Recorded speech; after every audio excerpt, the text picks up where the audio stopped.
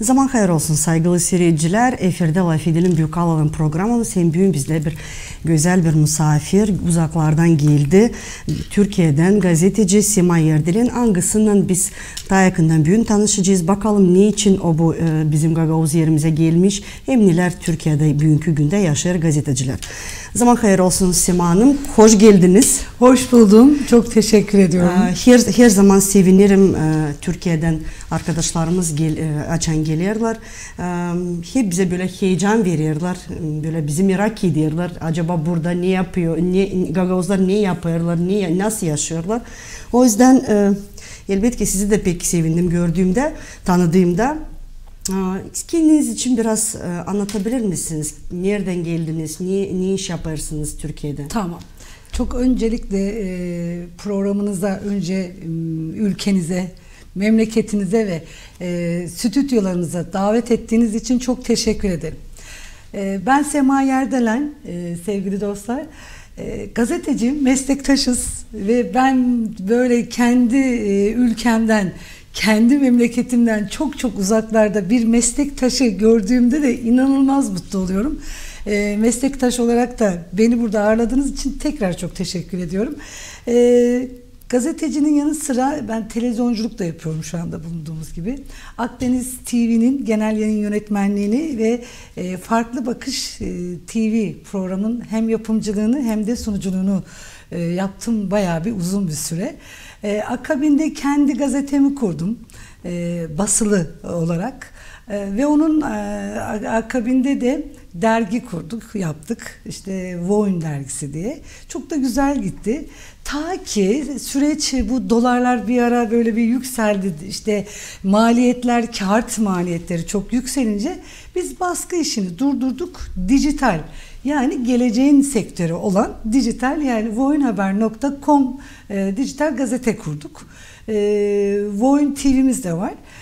Ben işte şimdi İzmir'de Ege TV ve Ege gazetesiyle birlikte orada da yeni yine programlara başlayacağız. Bunun yanı sıra biraz ben aktifim. Eğitimler alarak sağlık medikal firmasında da part time diyelim. İnsanların hem sağlığına hem de varlığına dokunmak adı altında bir sağlık danışmanlığı yapıyorum. Çok da güzel gidiyor. Hem gazetecilik hem danışmanlık. Neden? Çünkü bazı sektörlerin biteceğini biliyoruz da biz gazeteciler. Doğru, hangi evet. sektörler daha önde olacak, hangi sektörler daha geri planda olacak.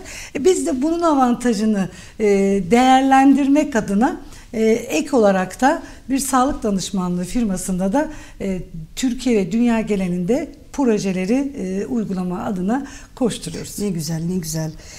Ama şimdi elbette ki bizim seyircilerin de merakı var. Acaba Gagavuz yerine neden geldiniz? Ziyaretin sebebi nedir? Şimdi şöyle dedim ya biraz önce meslektaşını gördüğünde insan hemen yani bir sürü meslek vardır ama kendine yakın gördüğünde ilgini çeker, daha yakın hissedersin. Şimdi Gagavuz Türkleri bizim orada ben çok sonradan mesela kendimi bu konuda da üzüldüm. Çok geç sizi tanıdım, duydum diye. Çok demek ki tanınırlığı yok. Bir kültürel tanıtılan bir ortamda bu konuyla ilgilenen değerli dostlarımız özellikle dünyanın neresinde Türklere yakın olan ülkeler varsa kültür olarak onlarla ilgili çalışmalar yapıyor ve ben sizi orada duydum. Ve konuşmalarınız bize yakın olması. Mesela ben buraya geldim. Sanki hiç yabancı bir yerde değilim. Yani özellikle çok teşekkür ediyorum. Gerçekten sağ olun. Yani yabancı bir ülkeye gitmiş gibi değil de kendi memleketimden değil başka bir memlekete gidiyoruz ya, Antalya'dan İstanbul'a gidiyor gibi hissettim. Hem yaklaşımlarınız hem tarzınız hem konuşma olarak böyle hiç zorluk yaşamadım. Merak ettim tabii ki. Nerede, ne yapıyorsunuz? Nasıl hayatınızı sürdürüyorsunuz? Sizin şartlarınız belki devamlı sorular sordum. Aslında bu mesleki sorudan ziyade merak etmek. Yani bizlerden birileri var ama çok uzakta ve yeni keşfetmişsin. Ve yani böyle çocuğun varmış da kaybetmişsin, sonradan bulmuşsun ya bir yerlerde, bir mutlu olursun böyle. Bende de öyle bir şey oldu. Bu arada bir soru soracağım. Tamam. O zaman yani, her bir insan kendine niyet koyduğu zaman böyle buraya gideceğim, oraya gideceğim, bir şeyler bekler, görmesini bekler, heyecan bekler. Buraya geldiği zaman acaba böyle üzülmediniz mi? O sayıda daha mı iyi burasını buldunuz düşündüğünüz kadar? Burayı düşündüğümden daha iyi gördüğümden mi bahsediyorsunuz? Evet. Şu anda hiç bilmediğiniz telefonda sizlerle görüştük. İşte ya da online toplantılarda yüzleri gördük ama geldiğimde aslında benim memleketim, doğduğum memleketim Kars. Bizim oralarda obalar böyle daha mesela Karadeniz çok ağaçlıktır. Ben çocukluğuma gittim desem, bana sizin burası, nereye baksam sabah kalktım böyle, ya dedim çocukluğumdaki yerler gibi. Demek ki varmış işte. Gelmedi bana, hiç yabancı gelmedi. Çok da güzel geldi. Yazın buranın yeşilliklerinin çok daha güzel, yani yazın gelmeyi tercih edin. Kışı da güzeldir muhtemelen. Burada kar yağıyor mu bu arada? Bitki yıllar, son yıllar çok az. İlk iklimin değişmesiyle dolayı, çünkü Türkiye'de de bazı yerlerde artık çok kar olan bölgelerde kar yağmıyor. İnanıyorum ki buranın karlı zamanı da çok güzeldir ama yeşilliğiniz çok güzel. Yani o ağaçların o arasında temiz de bir de. O zaman yazın sizi gene bekleriz. İnşallah. Ve Türkiye'de de inanın burayla alakalı daha bir yoğun bir çalışmalar yapmayı planlayacağım. Belki ortak bir çalışma da yapabiliriz. Burasının daha tanınması ya da buradakilerin de bizleri, yani Türkiye ile alakalı merak ettikleri varsa belki böyle medya olarak da, çünkü artık dijital bir dönemdeyiz. Teknoloji bir dönemdeyiz. Bununla alakalı çalışmalar yapabiliriz. Uzaktan da olsa programlar, gazete falan hepsini yapabiliriz. Haberlerde. Evet ki. Bilmiyorum nice Türkiye'de ama bizde son zamanlar gazeteciler biraz sorunlar yaşarlar. Politika üzerinden ya da bir şey başka konusundan, ama böyle baskılar oluyor gazetecilere karşı.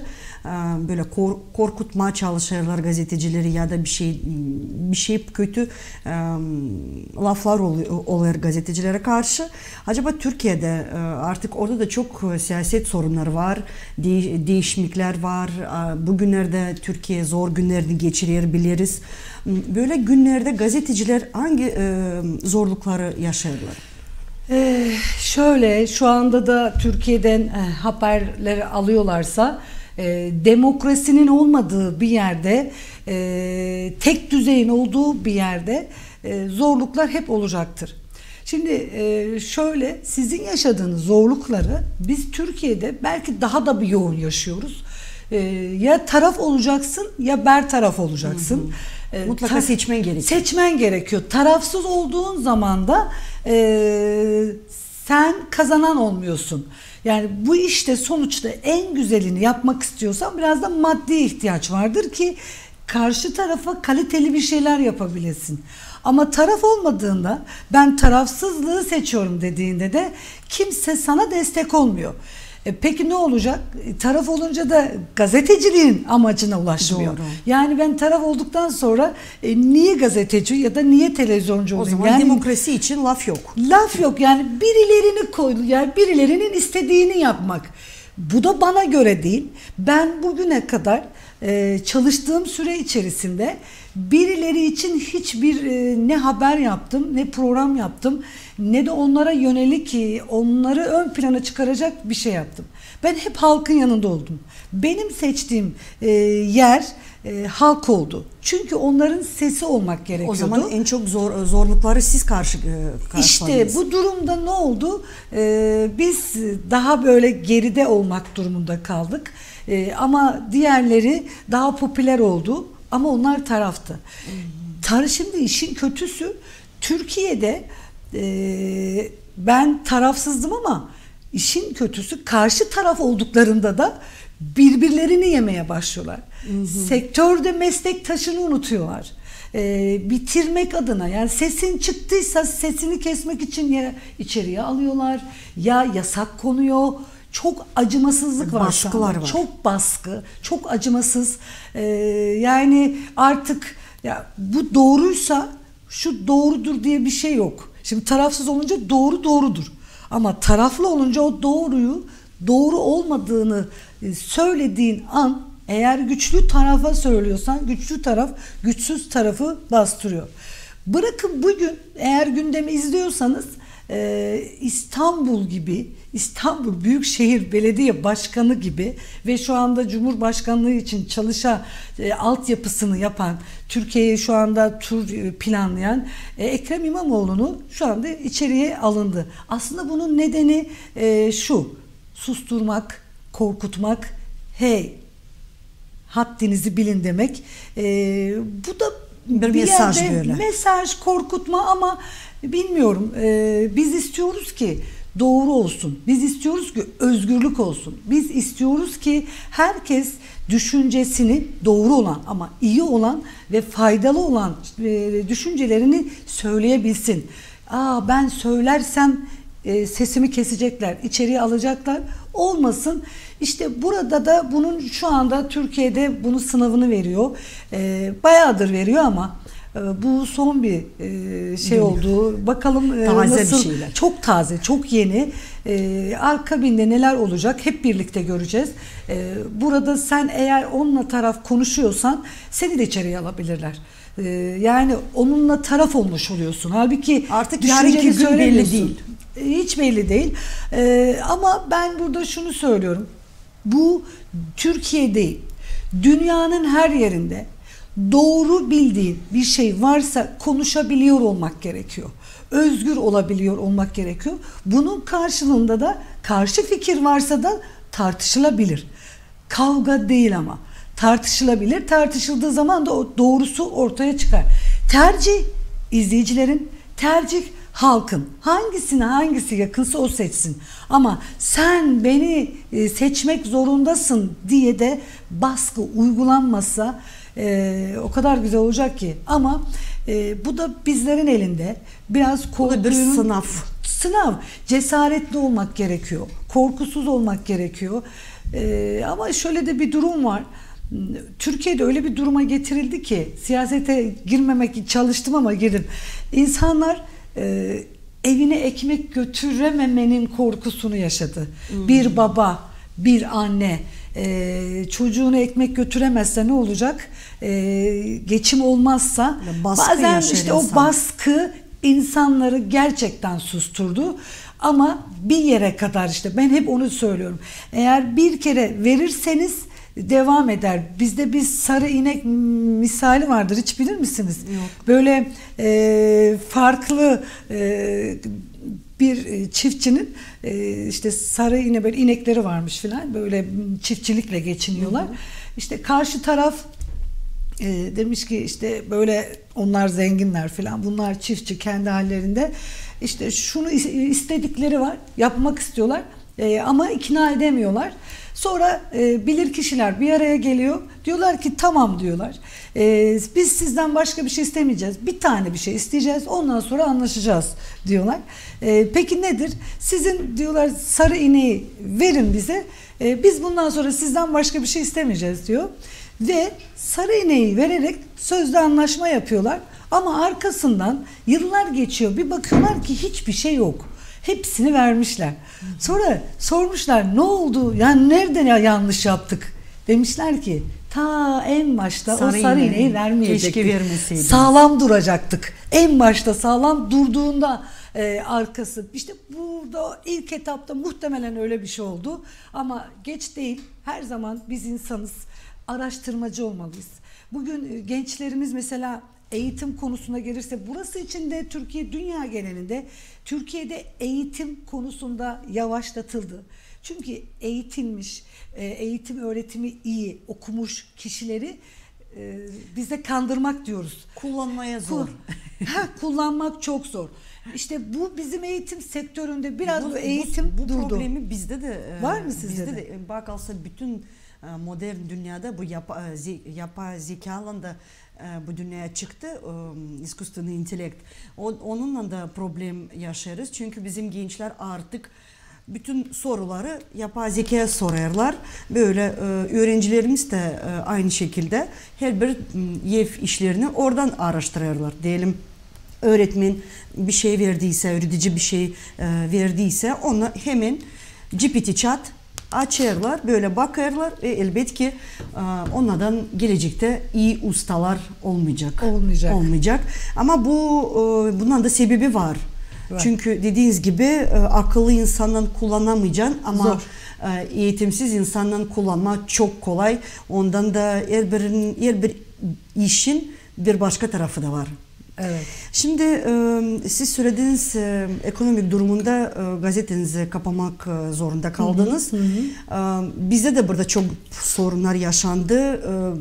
Para beterinden ekonomik durumu kötü uğurda olduğu için çoğu gazeteler kapandı, televizyonlar kapandı, saytlar da kapandı çünkü maaşlar verme lazımdı. Evet. Sizde çok mu böyle zorluklarla karşı geldi gazeteciler? Çok mu kapandı? Çok. Gazeteler, televizyonlar? Yani şöyle Türkiye'de gazete hemen hemen dijitale döndü diyebiliriz. Baskı yani klasik gazetecilik geri kaldı. Hemen geride kaldı yani. Bugün hadi ben yerel gazete çıkartıyordum yani Antalya'da. Ama ulusal bazlı çıkan gazeteler de dijitale döndü. Artık baskıyı bıraktılar. Hepsi olmasa da yani birkaçı yani kaldı. Geri kalanı kapattı çünkü gelir gideri tutturamıyor. Televizyonlar kapandı. Yani İzmir'de mesela büyük bir şehir İzmir. İzmir'de bir tane uydudan yayın yapan televizyon yok mesela.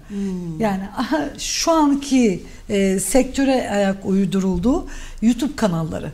Şu anda bu. Daha İnternet TV'leri daha modern, daha masrafsız. Çünkü orada TÜRSAT'a ödemeler falan çok daha masraflı uydudan yayın yapmak.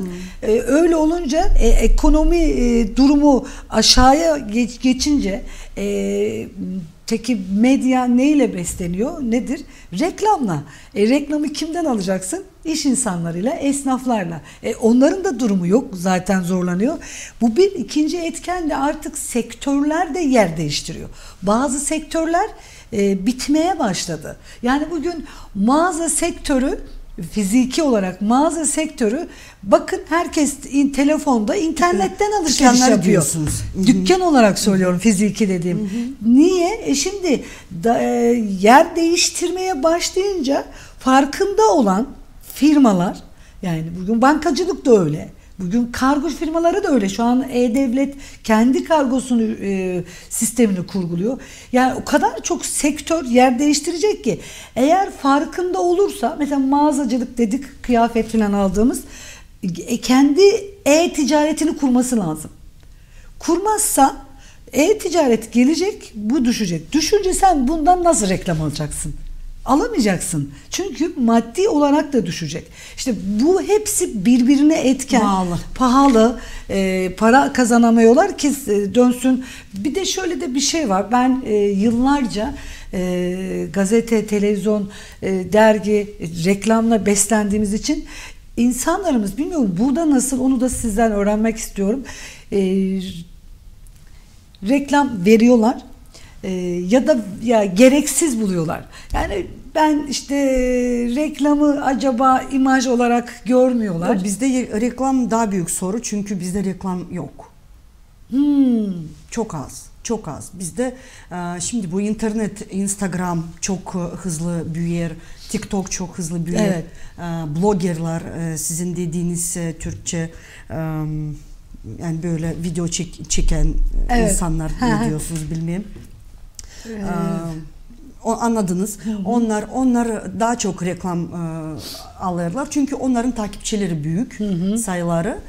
Ondan reklam maalesef bizim gazeteler, bizim sitelerimiz reklamdan yaşamaz. O yüzden farklı projelere ihtiyacımız var. Ama Türkiye'de başka durum. Şimdi böyle de sorayım. Aslında bugünkü günde normal klasik gazeteleri artık insan okumuyor. Evet. Yani nedense okumuyor. Teknoloji hemen elinde. Ama büyükler de okumuyor. Büyük yaştan da insanlar okumuyor.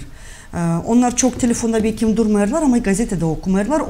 Bu sebepten de çoğu gazeteler de kapandı. Evet. Sadece para sebebinden değil ama okuyan insanların azaldığı için de gazetelerimiz hızlı kapandı. Çok az gazetelerimiz kaldı. Onlar da büyük anılmış çok tankı gazeteler var. Siz orada böyle normal gazete olduğunu okuyucularını nasıl büyütebilirsiniz? Var mı böyle bir şey, bir formül ya da bir yol? Şöyle söyleyeyim, yani sizin yaşadığınız sıkıntıları biz de yaşıyoruz. Okuma konusunda çok da seven bir toplum değiliz açıkçası. Okuma konusunda değiliz.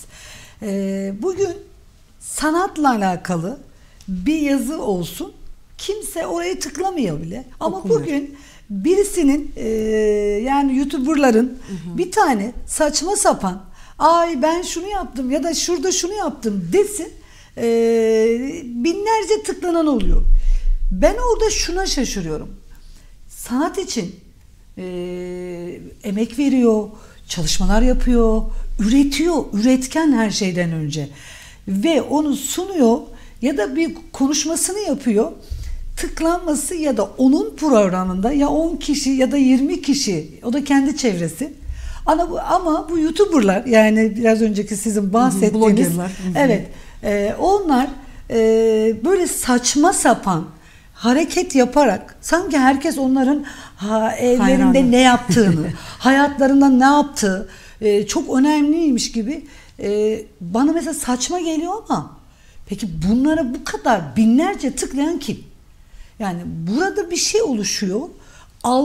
Algı operasyonu diyorum ama bu büyük buna. soru, bu büyük çok soru büyük. Gelecekte yapacak.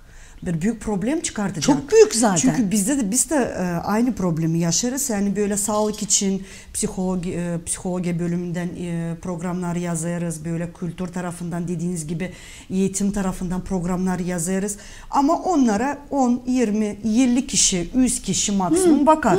Ama şimdi bir politiği getirelim. Böyle bir iki söz söylesin, binlerce insan bakar.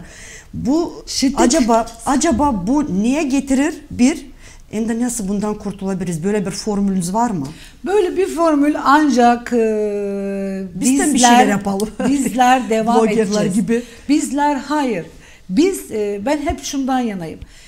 Beğenmediğin ya da güzel olmayan ya da eleştirdiğin şeyi yaparsak aynısı olmuş olur. Ama ben onun kurgulanmış bir sistem olduğunu düşünüyorum. Çünkü bunların arkasında bizim Türkiye'de bu YouTuber'lardan bazıları tutuklandı. Haberlerini almışsınızdır. Para aklama konusunda. Bunların bir sistem olduğunu, bunların vergi vermiyorlar. Vergiden ziyade işte yurt dışından yurt içine para aklama yani güzellik merkezlerini kullanmaya başladılar. Bu bir sistem diye düşünüyorum ve bu sistemi birileri kurguluyor. Birilerine para veriyor. Birileri de teknolojiyi kullanarak takipçileri artırıyor. Ben sanmıyorum bu kadar gerçekten takip edildiğini. Ve insanların ya bu çok izleniyor filan gibisinden bizler de seviyoruz böyle. Birisine bir şey yoğunlaştığı zaman orada bir bakayım deyip dikkat ve sonra onu kopyalamaya başlıyor. Ve bizim tanıdıklarım da var böyle. Bir bakıyorum bir tane YouTuber'ın aynı hareketlerini, kendisi de YouTuber olmak için mücadele ediyor. Ama aslında o dediğim kişiler kurulmuş sistem. Sadece inanmamaları gerekiyor. İşte burada da ne geldi? Yine eğitim. Eğer bilgili olmuş olsa oradaki insanlara inanmayacak, saçma gelecek. Zaman da kaybetmeyecek. Zaman da kaybetmeyecek. Ama işte burayı kurguladıkları için bizim insanlarımız da eğitimsiz olan insanlar. Yani kusura bakmasınlar. Eğitimsiz, çünkü hiçbir eğitimli bir insanın onları takip ettiğine inanmıyorum. Bu Zaman kadar da kaybetmesine. takipçilerinin olduğuna da inanmıyorum. Bunu dijital olarak bizim mesela seçimlerde de yapılırdı. Dijital olarak orada fazla gösteriliyor. Yani bunlara inanmasınlar. Bunların bazı gördüğünüz o rakamlar doğru değil. Bizler de bunları onlara vermek durumundayız. Biz devam edelim. Ben hep şunu söylerim. İyilik, güzellik, şöyle bir taş atıyorsun denize ya, sonra deniz dalga dalga dalga ama yavaştır ama doğrudur ve sağlamdır. Biz örnek olursak ve biz onları uyarırsak ve bunu mesela bizim orada Türkiye'de yakalandılar, birileri böyle durdu, birileri de onlar için savundu, sahalara çıktılar. Niye savundunuz? Neyi savundunuz? Para aklamışlar yani. Sizlerin evet. ay ben şu altını takıyorum, ay şunu yapıyorum dediler. Bir hareketin arkasında para var. Para var ama para demek araç olmalı, yani amaç olmamalı. Bir şeyleri, para tabii ki güzel. Para kazanalım ama para kazanırken de zarar vermeyelim. Birilerini suistimal etmeyelim. Birilerini üstüne ezmeyelim. Birilerine yardımcı olalım, destek verelim, güzellikle yapalım. Bu yapılabiliyor mu? Tabii ki yapılır. Çünkü böyle ne oluyor biliyor musunuz? İnsanlarda da şu oluşmaya başlıyor. Para, bu zenginse, her zenginde kötü değil. Ya da her Doğru. zenginde kötü yoldan para kazanmıyor. Kimse terimle kazanır. Yani işte ne oluyor? Böyle saçma sapan şeylerden dolayı para, bizde şey derler, çok para haramsız olmaz diye. Hayır, tabii ki olur.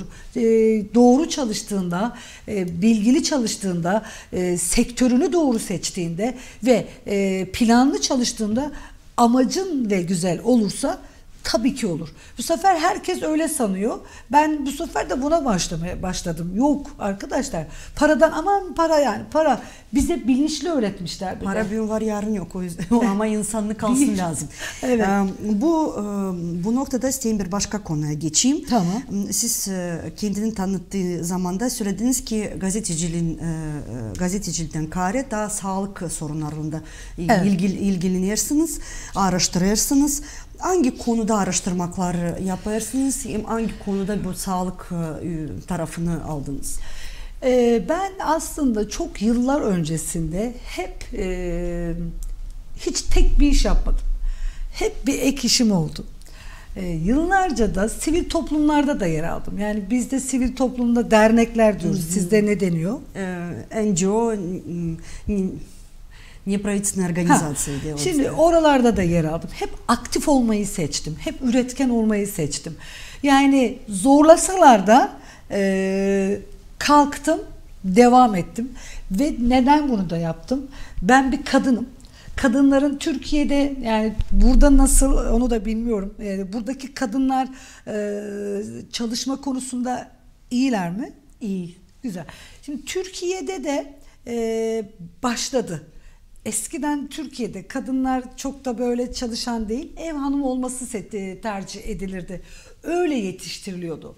Ama şu son zamanlarda artık siyasette de kadınlarımız yer almaya başladı. Mücadele eden. Ekonomik durumu da zorladı. Zorladı.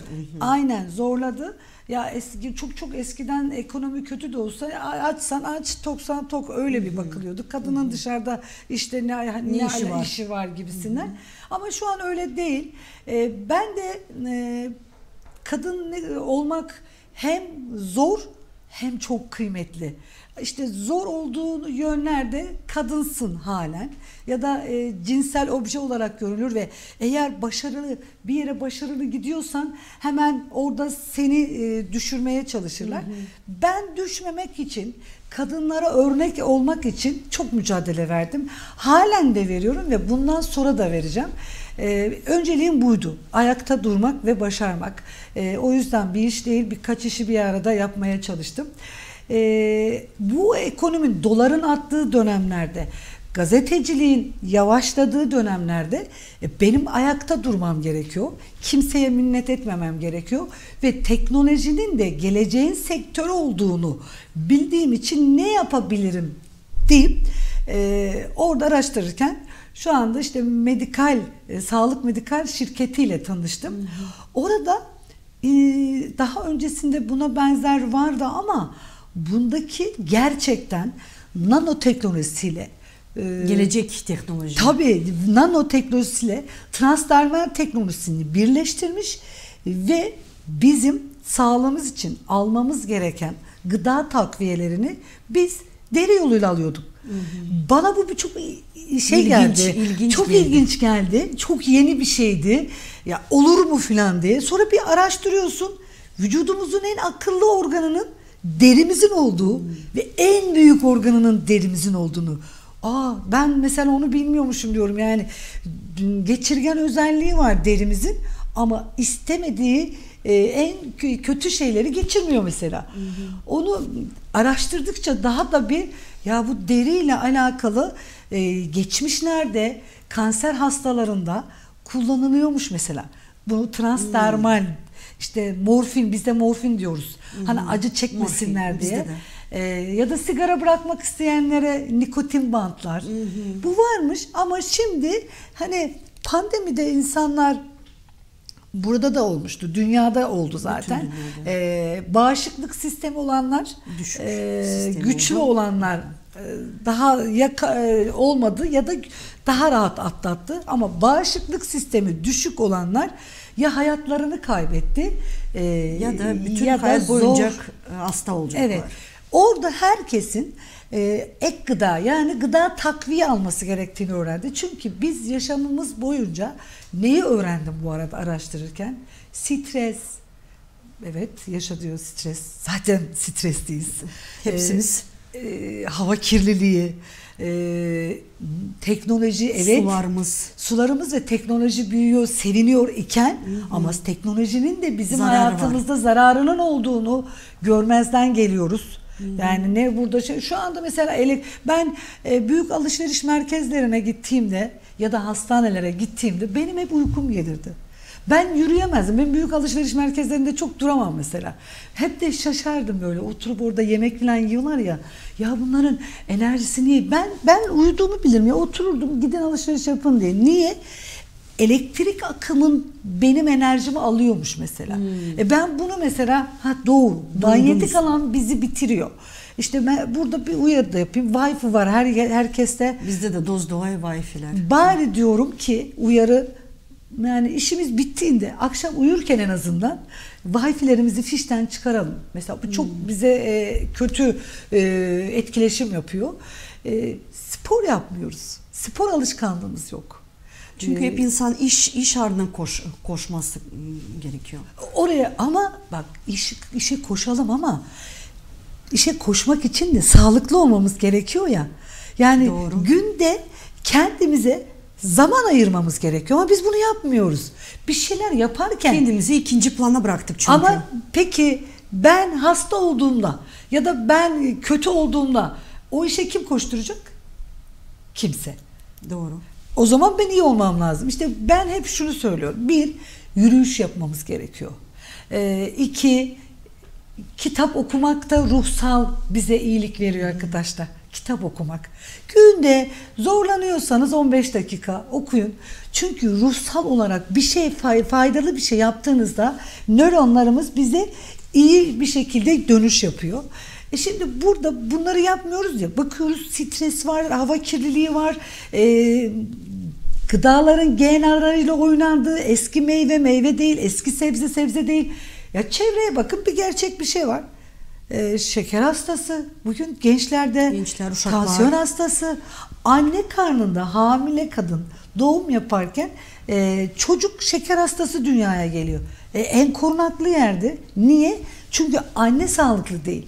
Bunun için de Dünya Sağlık Örgütü diyor ki takviye almak durumundasınız. Yani hücrelerimizin artık yemekten etmez. Vitaminler, B vitamini herkeste B12 vitamini, D vitamini, C vitamini, ya işte B1, B3 gibi işte omega 3, bunların eksik olduğu görülüyor herkeste. Yani eskiden, yani çok eskiden diyeceğim.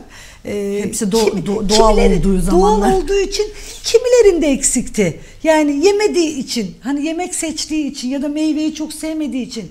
Şimdi yesen de yok, alamıyoruz. Bu da bize hastalık olarak geri dönüyor. Ve ben burada şiddetle uyarıyorum. Gıda takviyesi alalım, depolarımızı doyuralım. Çünkü insan anatomisi çok ilginç, yenileniyor. Ama bunu yenilemesi için de bizim o vücudumuza fırsat vermemiz gerekiyor. İşte burada ben bunlarla tanıştım. Transdermal teknolojisiyle. Ben artık ağız yoluyla almıyorum. Çünkü ağız yoluyla alınca mide ve bağırsaklarımız emilim yapmadığı için, kana karışmadığı için, hem de kötü durumda olduğu için bugünkü günde. Yani bir de karaciğerimi, böbreğimi niye zorlayayım diyorum. Direktmen hani kana karışsın damar yoluyla aldığında kana karışıyor ama çok acılı. Ben o acıyı sevmiyorum. İğneyi sevmiyorum. Yapıştırıyorum böyle 24 saatte. Kimisi işte 48 saatte. Ben şimdi bununla daha yoğunum ve bununla alakalı sosyal projeler de yapıyorum. Nedir? Kadınlarımıza mesela bizde bir cihaz var ve bu cihaz erken tanı diyorum. Mesela erken tanı. Problem varsa sağlıkla. Evet. Yardımcı olursunuz onlara. Erken tanı hayat kurtarır. Yani bir şeyi önceden bulursan, ilerlemeden önce ve onun içinde önlemini alırsa, bu da işte bizim Türkiye'de odalarımız var. Burada da vardır muhtemelen. Mesela esnaf odalarımız var, ticaret odalarımız var. Orada gidiyorum. Neden bizim sağlıklı yaşamamız gerekiyor? Neden gıda takviyesi almamız gerekiyor? Ve neden artık transdermal teknolojisini kullanmamız gerekiyor? Bunlarla alakalı seminerler veriyorum. Bununla alakalı artık Türkiye'nin dışında dünyada da dolaşmaya başlayacağım. Çünkü bizim insanımıza faydalı olmamız lazım. Bilgilendirmemiz lazım. Ve bir eğitim de gibi. Tabii. İnsanlara oluyor. İnşallah bu konuda da işte sadece sağlık konusunda da değil. Bu ekonominin zor süreçlerinde şunu da yapıyoruz. Tamam Sema Hanım diyorlar. Güzel anlatıyorsunuz. Sağlık her zaman en önemli. Sağlık olmazsa hiçbir şey yapamazsın.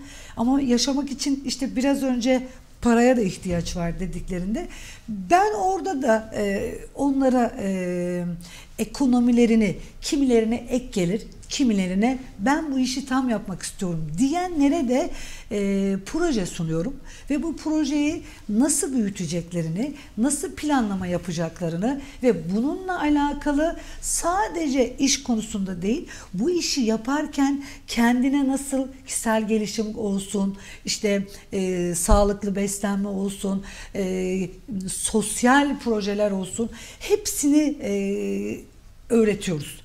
Ve bununla alakalı akademi eğitimlerimiz var. Çünkü birisi para kazanmak için her şeyi bilmesi gerekiyor. Yani kendine her şeyden önce yatırım yapması gerekiyor. Yatırım neydi? Bilgiyi, doğru bilgiyi verirsek, biz şuradaki bilgiyi doldurursak birilerine de yardımcı oluruz. İşte orada da biz yardımcı oluyoruz. Yani böyle gel hadi şunu yap demiyoruz. Onu yapman için hangi verilere ihtiyacı var? Biz o konuda onu bilgilendiriyoruz. Projelerini veriyoruz. Planlamasını yapıyoruz. Hani der ki ben haftada $1000 kazanmak istiyorum ya da haftada işte $500 kazanmak istiyorum ya da haftada $5000 kazanmak istiyorum. Onun hedefine, onun isteğine göre de bir plan çıkartıyoruz. Biz de onunla beraber hem sağlık hem varlık yolunda da devam ediyoruz. Bu da çok güzel, çok keyifli. İşinize kolay gelsin. Teşekkür ederim. Kendinizi farklı yerlerde bulmuşsunuz. Bu pek önemli benim bakışıma göre. Çünkü eğitimli insan kendisini harcamasın, iyi işlere faydasına olsun. O yüzden pek sevindim. Hani bugün sizinle daha yakından tanıştık. Bizim de seyircilerimiz sizi daha yakından tanıdı. Umutlanırım ki gelecekte daha geleceksiniz. Yazın da geleceksiniz. Kışında ama yazın gelin. Tamam. Kışlar burada zor. Ondan yazın bize bir laf var. Pala geniş. Ondan yine sizi bekleriz bizim stüdyomuzda. Sağ olun sen geldiniz. İşinize kolay gelsin. Kolay işiniz değil. Görüyoruz. Çünkü bizim de işimiz kolay değil. Ama sağlıcakla size. Öncelikle Allah'ım çok teşekkür ediyorum. Beni programınıza davet ettiniz ve ağırladığınız için. Ben elimden geldiğince hep böyle faydalı olmaya çalışıyorum. Size doğru bir şeyleri verebildiysem, sizin izleyicilerinize katkıda bulunabildiysem ne mutlu bana. Ama sizleri çok sevdim. Bana hiç uzak gelmediniz ve ben Türkiye'de kimler gelirse, sizin aracılığınızda burada duyanlar da olursa, bizde başımın üstünde yeriniz var. Ama dediğim gibi burayla bağımızı devam ettireceğiz. Yani bizde siz direkt Gagavuz diyorsunuz, biz Türk Gagavuzlar diyoruz. Gagavuz Türkler diyoruz. Hiç yabancı değilsiniz bizim için. Ama Türkiye'de sizlerle alakalı ne gerekiyorsa çalışmak, tanıtmak, kültürel olarak gazete olsun, iş insanları olsun, bu konuda da aracı olabilirim. Elimden ne geliyorsa yayınlayabilirim. Sizden de burada seyircilerinizin önünde bir söz almak istiyorum. Benim haber sitem var, voinhaber.com. Orada da bir köşe yazınızı isteyeceğim. Eğer böyle ayda 2 kez yazarsanız en azından orada bir kere sizin buradaki tanıtımla alakalı, evet bak böyle şeyler oluyor diye bir oradan başlamış olalım diyorum. Bakalım sana hemen bir şeyler yapabiliriz. Çok teşekkür ediyorum. Çok sağ olun. İşinize kolay gelsin. Saygılı seyirciler, sağ olun sen bugün bizimle deniz tem notalaman bugün laf edelim büyük alalım programımızda bir güzel bir genç karıydı misafirde Sema Yerdel'in Türkiye'den gazeteci. Sanırım size meraklı oldu bizim bugün programımız. Yeni işler öğrendik, Türkiye durumunu öğrendik. O da bizim durumumuzu öğrendi. Size daha bir kere sağ olunuz. Hem kalın sağlıcakla.